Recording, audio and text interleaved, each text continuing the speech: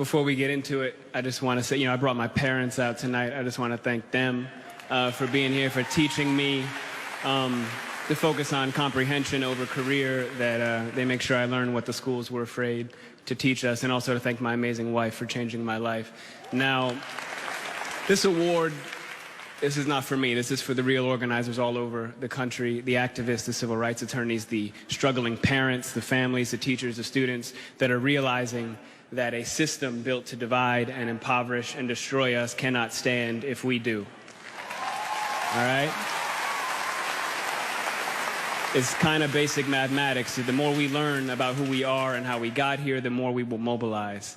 Now, this is also in particular for the black women, in particular, who have spent their lifetimes dedicated to nurturing everyone before themselves. We can and will do better for you. Now,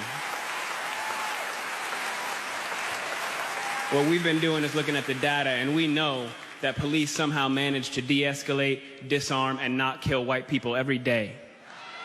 So what's going to happen is we are going to have equal rights and justice in our own country, or we will restructure their function and ours.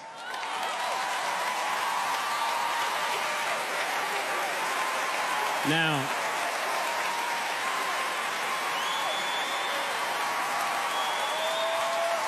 I got more, y'all. Yesterday would have been young Tamir Rice's 14th birthday.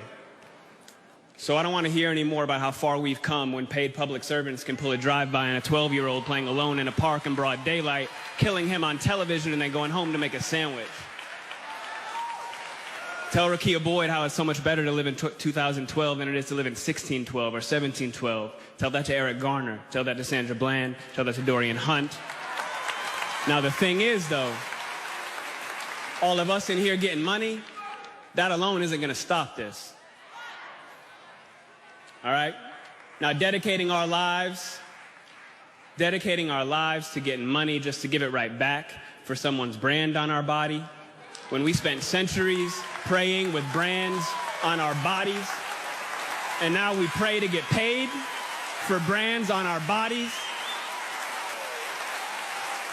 There has been no war that we have not fought and died on the front lines of. There has been no job we haven't done. There's no tax they haven't levied against us, and we've paid all of them. But freedom is somehow always conditional here. You're free, they keep telling us. But she would have been alive if she hadn't acted so free. Now, freedom is always coming in the hereafter. But you know what, though? The hereafter is a hustle. We want it now. And let's get a couple things straight. Just a little side note. The burden of the brutalized is not to comfort the bystander. That's not our job. All right, stop with all that. If you have a critique for the resistance, for our resistance, then you better have an established record of critique of our oppression. If you have no interest in equal rights for black people, then do not make suggestions to those who do. Sit down.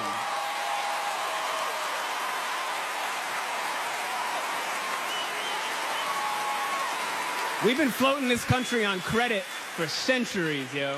And we're done watching and waiting while this invention called whiteness uses and abuses us, burying black people out of sight and out of mind while extracting our culture, our dollars, our entertainment like oil, black gold, ghettoizing and demeaning our creations, then stealing them, gentrifying our genius, and then trying us on like costumes before discarding our bodies like rinds of strange fruit. The thing is that just because we're magic doesn't mean we're not real. Thank you.